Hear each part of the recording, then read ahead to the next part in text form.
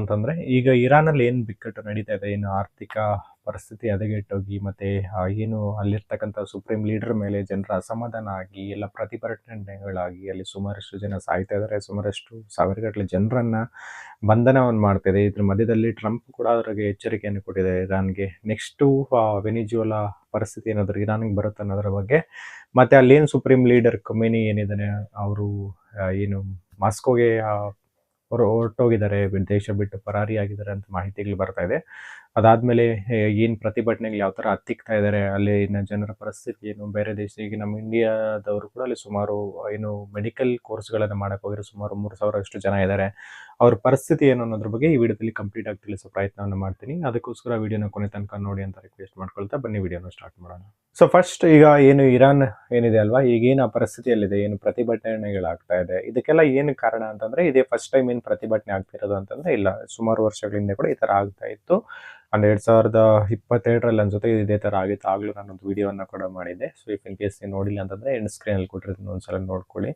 And ಈಗ ಪರಿಸ್ಥಿತಿ ಇಷ್ಟೊಂದು ಉದ್ವಿಗ್ನತೆ ಆಗಿದೆ ಈ ಪ್ರತಿಭಟನೆಗಳು ಏನಕ್ಕೆ ಅಂತಂದ್ರೆ, ಈಗ ಒಂದು ಬಂದ್ಬಿಟ್ಟು ಅಲ್ಲೇನು ರೆಜಿಮಿ ಏನು ಆಡಳಿತ ನಡೀತಾ ಇದ್ದಾರೆ, ಸೊ ಅವರ ವಿರೋಧ ಅಸಮಾಧಾನ, ಅವ್ರ ಮೇಲೆ ಇರ್ತಕ್ಕಂಥ ಅಸಮಾಧಾನ ಒಂದು ರೀಸನ್, ಸುಮಾರು ವರ್ಷಗಳಿಂದ ಇರ್ತಕ್ಕಂಥದ್ದು. ಆ್ಯಂಡ್ ಸೆಕೆಂಡ್ ಒನ್ನು, ಇತ್ತೀಚೆಗೆ ಏನು ಅಮೆರಿಕ ಏನು ಸ್ಯಾಂಕ್ಷನ್ಸ್ ಅನ್ನು ವಿಧಿಸಿತ್ತು ಇರಾನ್ ಮೇಲೆ, ಅವರ ಆಯಿಲ್ ಇಂಪೋರ್ಟ್ ಎಕ್ಸ್ಪೋರ್ಟ್ ಮೇಲೆ, ಸೊ ಆಯಿಲ್ ಎಕ್ಸ್ಪೋರ್ಟ್ ಮಾಡ್ತಾ ಇತ್ತಲ್ಲ, ಆ ಸ್ಯಾಂಕ್ಷನ್ಸ್ ಇಂದ ಅನ್ನೋದು ತುಂಬಾ ಸುಮಾರಷ್ಟು ಬಿಕ್ಕಟ್ಟು ಅನ್ನೋದು ಆಗಿದೆ ಇರಾನ್ಗೆ ಅಂತಾನೆ ಹೇಳ್ಬೋದು. ಇದರಿಂದ ಅವ್ರೇನು ಕರೆನ್ಸಿ ಏನಿದೆ ರಿಯಲ್ ಅಂತ ಕರೀತಾರೆ ಆ ಕರೆನ್ಸಿಯನ್ನ, ಸೊ ಆ ರಿಯಲ್ ಕರೆನ್ಸಿ ಏನು ಇರಾನಿನ ಕರೆನ್ಸಿ ಅನ್ನೋದು ತುಂಬಾ ಪಾತಾಳಕ್ಕೆ ಕುಸಿದಿದೆ ಅಂತಾನೆ ಹೇಳ್ಬೋದು. ಸೊ ಈ ಬಿಕ್ಕಟ್ಟಿನಿಂದ ಅಲ್ಲಿ ಸುಮಾರಷ್ಟು ಜನರು ಬೀದಿಗೆ ಬರೋ ತರ ಆಗೋಗಿದೆ. ಸುಮಾರಷ್ಟು ಜನ ಅಲ್ಲಿರ್ತಕ್ಕಂಥ ಕೆಲಸಗಳನ್ನ ಕಳ್ಕೊಂಡಿದ್ದಾರೆ.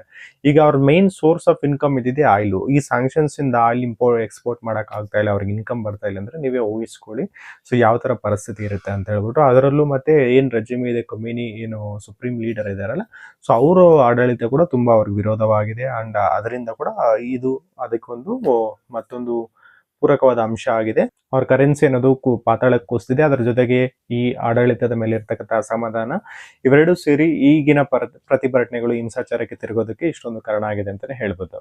ಈ ಪ್ರತಿಭಟನೆ ಅನ್ನೋದು ಡಿಸೆಂಬರ್ 28ರಿಂದ ಸ್ಟಾರ್ಟ್ ಆಗಿರ್ತಕ್ಕಂಥದ್ದು, ಸುಮಾರು 10 ದಿವಸಗಳ ಮೇಲೆ ಆಗ್ತಾ ಇದೆ. ಸೊ ಇದು ಜೆನ್ಜಿ ಪ್ರೊಡಕ್ಷನ್ ಅಂತ ಕೂಡ ಕೆಲವೊಂದು ಕಡೆ ವಿಶ್ಲೇಷಣೆ ಮಾಡ್ತಾರೆ. ಅಂಡ್ ಮತ್ತೊಂದು ವಿಚಾರ ಏನಪ್ಪಾ ಅಂತಂದ್ರೆ, ಇದನ್ನ ಹತ್ತಿಕ್ಬೇಕು ಅಂತ ಹೇಳ್ಬಿಟ್ಟು ಸುಮಾರು ಹಿಂಸಾಚಾರವಾದಂತಹ ಕಠಿಣ ಕ್ರಮಗಳನ್ನ ಅಲ್ಲಿರ್ತಕ್ಕಂಥ ಏನು ರೆಜಿಮಿ ಅವರು ತಗೊಳ್ತಾ ಇದ್ದಾರೆ, ಏನು ಆಡಳಿತ ಏನಿದೆ ಅಲ್ವಾ, ಸೊ ಅವರು ಕಠಿಣ ಕ್ರಮಗಳನ್ನ ತಗೊಳ್ತಾ ಇದ್ದಾರೆ. ಸುಮಾರು 100ಕ್ಕಿಂತ ಹೆಚ್ಚು ಜನಗಳು ಈ ಪ್ರತಿಭಟನೆಯಲ್ಲಿ ಸಾವನ್ನಪ್ಪಿದ್ದಾರೆ. ಮತ್ತೆ 2,000ಕ್ಕೂ ಅತಿ ಹೆಚ್ಚು ಜನಗಳನ್ನ ಅರೆಸ್ಟ್ ಕೂಡ ಮಾಡಿದ್ದಾರೆ ಅಂತಾನೆ ಹೇಳ್ಬೋದು.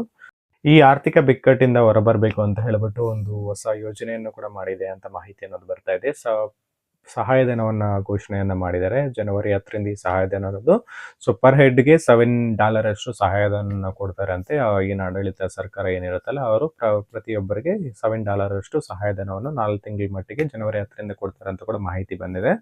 ಅಂಡ್ ಈ $7 ಏನು ಕೊಡ್ತಾರಲ್ಲ, ಈ $7 ಇಂದ ಏನು ದಿನೋಪಯೋಗ ವಸ್ತುಗಳು ಏನಿರ್ತಾವಲ್ಲ, ನಿತ್ಯ ಅವಶ್ಯಕ ವಸ್ತುಗಳು, ಅದನ್ನ ಮಾತ್ರ ಖರೀದಿಯಾಗುವಂತಹ ಒಂದು ಸೊ ಕ್ರೈಟೀರಿಯಾ ಬೇಸ್ ಮೇಲೆ ಅದು $7 ಅನ್ನ ಕೊಡ್ತಾರೆ. ಏನು ಈ ಪ್ರತಿಭಟನೆಗಳನ್ನ ನಿಲ್ಲಿಸಬೇಕು ಅನ್ನೋದಕ್ಕೆ ಒಂದು ಪೂರಕವಾಗಿ ಈ ತರ ಒಂದು ಯೋಜನೆಗಳನ್ನ ತರ್ತಾ ಇರೋದು.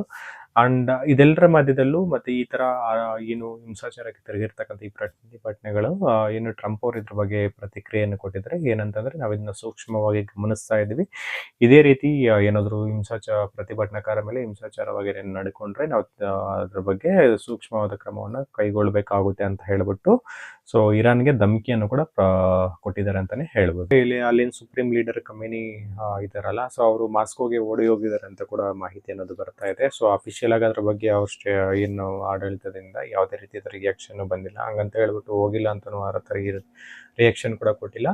ಅಂಡ್ ಈ ತರ ಪ್ರತಿಭಟನೆಗಳು ಏನಾದರೂ ಹೆಚ್ಚಾಗಿ ಹತ್ತಿಕ್ಕೋಕಾಗದಿದ್ರೆ ಪರಿಸ್ಥಿತಿ ಇದ್ರೆ ಅಲ್ಲಿಗೆ ಹೋಗೋ ಚಾನ್ಸಸ್ ಇದೆ ಅಂತ ಕೂಡ ಸೊ ಮಾಹಿತಿಗಳು ಬರ್ತಾ ಇದೆ. ಅಂಡ್ ಮತ್ತೊಂದು ವಿಚಾರ ಏನಂತಂದ್ರೆ, ಈ ಹಿಂಸಾಚಾರ ಅನ್ನೋದು ತುಂಬಾ ಹೆಚ್ಚಿಗೆ ಆಗಿರೋದ್ರಿಂದ ಸೊ ಅಲ್ಲಿ ಏನು ಇರಾನ್ ಇದೆಯಲ್ಲ, ಎಲ್ಲ 31 ರಾಜ್ಯಗಳಲ್ಲೂ ಇದೇ ರೀತಿಯಾದ ಪ್ರತಿಭಟನೆ ಆಗ್ತಾ ಇರೋದ್ರಿಂದ ಅವ್ರು ಏನ್ ಮಾಡಿದ್ದಾರೆ, ಅಲ್ಲಿ ಏನು ಇಂಟರ್ನೆಟ್ ಅನ್ನ ಬಂದ್ ಮಾಡಿದ್ದಾರೆ ಅಂತಾನೆ ಹೇಳ್ಬೋದು. ಅಂಡ್ ಯಾವುದೇ ರೀತಿಯಾದ ಕಾಲ್ ಕನೆಕ್ಷನ್ಸ್ ಇಲ್ಲದೆ ಇರೋ ತರ ಸೊ ಅವರು ಬಂದ್ ಮಾಡಿದ್ದಾರೆ. ಏನು ಇಂಟರ್ನ್ಯಾಷನಲ್ ಲೆವೆಲ್ ಇದು ಪೋರ್ಟ್ರೆ ಆಗದೆ ಇರೋ ತರ ಅದನ್ನ ಬಂಧಿಸೋದಕ್ಕೋಸ್ಕರ ಈ ತರ ಇಂಟರ್ನೆಟ್ ಕನೆಕ್ಟಿವಿಟಿಯನ್ನ ಸ್ಟಾಪ್ ಮಾಡಿದ್ದಾರೆ ಅಂತ ಮಾಹಿತಿ ಬರ್ತಾ ಇದೆ. ಅಂಡ್ ಮತ್ತೊಂದು ವಿಚಾರ ಏನಪ್ಪಾ ಅಂತಂದ್ರೆ, ಈ ಪ್ರತಿಭಟನೆಗಳೇನಾದ್ರು ಹಿಂಗೆ ಮುಂದುವರಿತಾ ಇದ್ರೆ ಇದೇ ಒಂದು ಅಡ್ವಾಂಟೇಜ್ ತಗೊಂಡು ಟ್ರಂಪ್ ಅವ್ರು ಏನಾದ್ರು ಇದ್ರ ಮೇಲೆ ಕೂಡ ರೀತಿ ಏನಾದ್ರು ಸ್ಟ್ರೈಕ್ ಮಾಡ್ತಾರೆ ಅನ್ನೋದ್ರ ಬಗ್ಗೆ ಕೂಡ ಕಾದು ನೋಡ್ಬೇಕಾಗಿದೆ. ಅಂಡ್ ನಮ್ಮ ಸರ್ಕಾರಕ್ಕೆ ಅಲ್ಲಿರ್ತಕ್ಕಂಥ ವಿದ್ಯಾರ್ಥಿಗಳೇನೋ ಇದ್ದಾರಲ್ವಾ, ಅವರು ಡೆಲ್ಲಿಗೆ ಪತ್ರಗಳನ್ನು ಕೂಡ ಬರೆದಿದ್ದಾರೆ. ಸೊ ಇಲ್ಲೇನು ಪಾಸಿಬಲ್ ಇಲ್ಲಿ ಇರ್ತಕ್ಕಂಥ ಏನಾದರೂ ಪ್ರತಿಭಟನೆಗಳು ಹೆಚ್ಚಾದರೆ ನಮ್ಮನ್ನು ಕರೆಸ್ಕೊಳ್ಳೋದಕ್ಕೆ ವ್ಯವಸ್ಥೆಯನ್ನು ಮಾಡಿ ಅಂತ ಹೇಳ್ಬಿಟ್ಟು ಇರಾನಿಂದ ಪತ್ರಗಳು ಕೂಡ ಬರೆದಿದ್ದಾರೆ. ಅಂಡ್ ಡೆಲ್ಲಿಯಿಂದ ಕೂಡ ಒಂದು ಅಧಿಸೂಚನೆ ಏನಾದರೂ ಹೊರಡಿಸಿದ್ದಾರೆ, ಯಾರು ಇರಾನ್ಗೆ ಈಗ ಪ್ರಯಾಣ ಮಾಡಬೇಡಿ ಅಂತ ಹೇಳಿದ್ದಾರೆ. ಅಂಡ್ ಅಲ್ಲಿರ್ತಕ್ಕಂಥ ಎಂಬಸಿ ಜೊತೆ ಕೂಡ ಕಾಂಟ್ಯಾಕ್ಟಲ್ಲಿದ್ದಾರೆ. ಅಲ್ಲಿರ್ತಕ್ಕಂಥ ಏನು ನಮ್ಮ ಇಂಡಿಯನ್ಸ್ಗೆ ನೇರವಾಗಿ ನಿಲ್ಲೋದಕ್ಕೋಸ್ಕರ ಅಂತ ಹೇಳ್ಬೋದು. ಅಂಡ್ ಇದಿಷ್ಟು ಈಗ ಇರಾನ್ನಲ್ಲಿ ಆಗ್ತಾ ಇರತಕ್ಕಂಥ ಬಿಕ್ಕಟ್ಟಿನ ಬಗೆಗಿನ ಮಾಹಿತಿ ಆಗಿತ್ತು. ಸೊ ಮುಂದೆ ಇದು ಮತ್ತಷ್ಟು ಎಸ್ಕಲೇಷನ್ ಆಗೋ ಚಾನ್ಸಸ್ ಇರುತ್ತೆ. ಸೊ ಮುಂದೆ ಏನಾಗುತ್ತೆ ಅಂತ ಕಾದು ನೋಡೋಣ. ಈ ಮಾಹಿತಿ ನಿಮ್ಗೆ ಏನಾದರೂ ಇಷ್ಟ ಆಗಿದ್ರೆ ಒಂದೇ ಒಂದು ಲೈಕ್ ಮಾಡಿ, ನಿಮ್ಮ ಸ್ನೇಹಿತರಿಗೆ ಶೇರ್ ಮಾಡಿ. ಇಂತಹ ಮತ್ತಷ್ಟು ಇಂಟ್ರೆಸ್ಟಿಂಗ್ ವಿಚಾರಗಳಿಗೋಸ್ಕರ ಕ್ರಿಯೇಟಿವ್ ಕೋದನ್ನ ಚಾನಲ್ಗೆ ಸಬ್ಸ್ಕ್ರೈಬ್ ಮಾಡ್ಕೊಳ್ಳಿ. ಧನ್ಯವಾದಗಳು ಸ್ನೇಹಿತರೆ.